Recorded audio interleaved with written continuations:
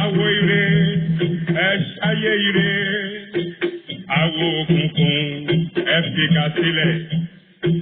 Ẹ̀fọ́ jíde ò balógun lọ́rùn, ṣàgbàlá jáde égbodò wọlé. Ẹ̀fọ́ jíde ò balógun lọ́rùn, ṣàgbàlá jáde égbodò wọlé. Ilé máa ń máa rọ̀, ọ̀lẹ máa ń máa rọ̀. Àwa ti lé kúlẹ̀ nílẹ̀ yìí òdìgbé.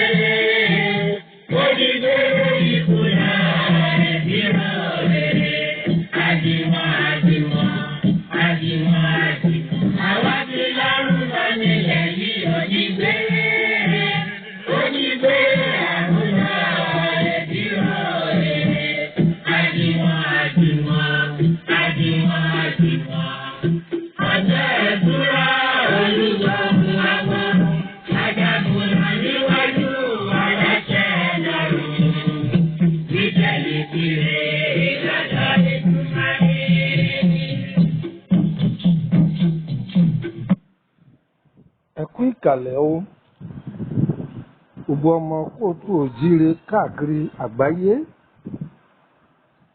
ẹ kú ìrọ̀lẹ́, ẹ káàsán, ẹ kú ìyálẹ̀ta, ẹ káalẹ́. Gbogbo bí yòówù tí ẹ bá gbọ́ ètò yìí káàkiri orílẹ̀-èdè, wákàtí wo lè papọ̀ mọ́ra wọn.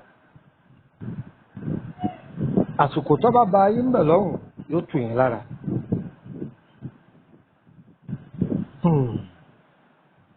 Ọmọ aráyò ní parúkọ mi dàsá ìgá o, èmi ọmọ yín náà ni o. Kúkúmọ̀nà ọmọ àyádáre, bàbá ọgbọ́n, ọmọ ọ̀dọ̀ àgbà. Olóòtú abala ìtumọ̀ àlá lọ́lọ́kan ọ̀jọ̀kan. Àlá yìí àlá tó dáa ni. Lọ́pọ̀lọpọ̀ ìgbà tí èèyàn bá sábà máa rí ilé ńláńlá jẹ́ràn, bọ́yọ̀ bára rẹ̀ ń bẹ̀, bọ́yọ̀ òun rí rẹ̀ nírí pé ìwọ lọkọ lójú oorun tínú rẹ̀ wá ń dùn. Àlá tó dáa ni.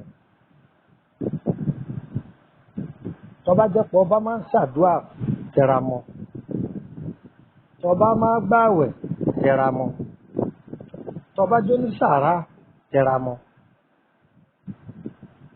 Oore ayọ̀ ń bọ̀ wá ṣẹlẹ̀ nínú ayé rẹ̀. Sọ̀hárí tí ẹ bá lárú àláyé, àláyé ṣàlátà máa sọ káàkiri. Máa mú èròǹgbà rẹ̀ máa dà á pọ̀ mọ́tọ́ lọ́hùn. Wọ́n lọ́hùn ń tó rorò mí yìí o, má jẹ́ òfò mi ru o,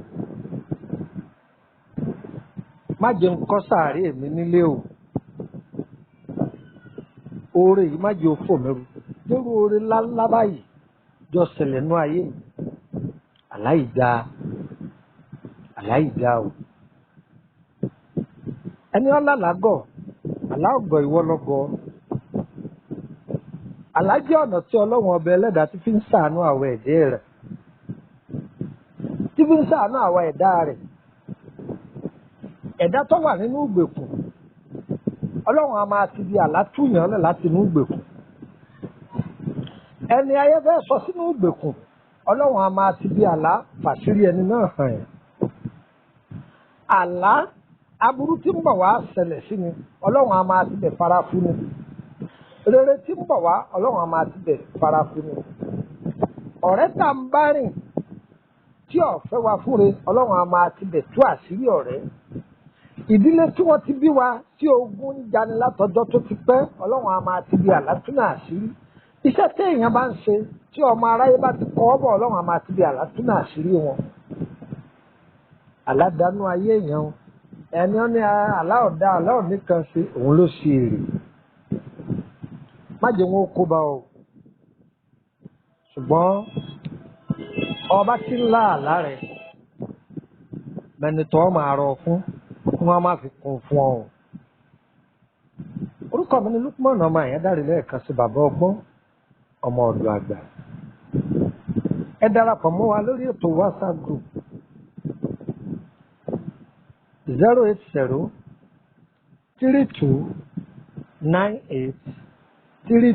08032983298 tàbí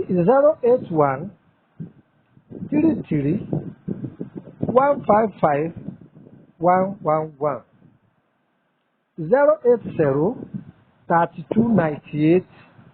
08032983298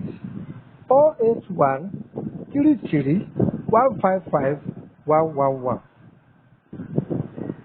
Orúkọ mi ni lẹ́ẹ̀kan sí Lukman ọmọ Àyándárì bàbá ọgbọ́n ọmọ ọ̀dọ̀ àgbà. A kì í bá wa mọ̀ o ní mẹ́sẹ̀gì yìí bá dọ́dọ̀ rẹ̀. Ọlọ́run ò ní fún yín lórí àbọ̀ o. Gbogbo ohun tẹ́ ẹ̀ retí lè lédùn àwọn fìtò yín lọ́wọ́ o. Má dìrí tiẹ̀ o. Ó kéré tán èèyàn 30 ha fún wọn. Bàbá ṣe wá ń ha bí tòrò kan rẹ̀ sí bí tòrò kan rẹ̀ sí yóò sì máa tọ́ ọ lọ́wọ́. Aláàánú rẹ̀ ò ní dojú ìjà kọ́ ẹ o. Ọyá ìwọ náà máa ha. Àwọn kan lárú aláìwọn ọmọtúmọ̀ rẹ̀. Ipò wa mú yọ̀wọ́ òsì ń bẹ́ o. Ó dúpẹ́ fọlọ́run lásán ni. Kò sì jẹ́ nu. Àwọn ìgbà kankan lọ́wọ́ èèyàn ọ̀fẹ́ ni. Ọlọ́run ọ̀dáhùn. Yóò dáhùn ayọ̀ nú ayé gbogbo wa o. Ògo ayé wọ́n sọ̀rọ̀ sókè o. Ire kàbìtì.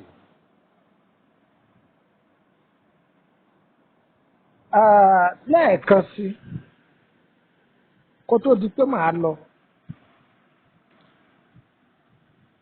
A kì í bá a mọ̀ ẹ fẹ́ béèrè lórí ọ̀rọ̀ iṣẹ́ yín àbí àrùn ọlọ́jọ́ pípẹ́ ẹ kàn sí wa tàbá mọ̀ nípa rẹ̀ á dá yín lóhùn. Ọ̀rọ̀ ayé wo ò ní dàrú o, ò ní ṣòro ó ṣe fún wa o, gbogbo ohun tá a fẹ́ lẹ́lẹ́dùn ó ṣe fún wa. Ọ̀rọ̀ ayé wo ò ní dàrú agbára Ọlọ́run. Wa ò ní ṣòro ó ṣe nú ayé o.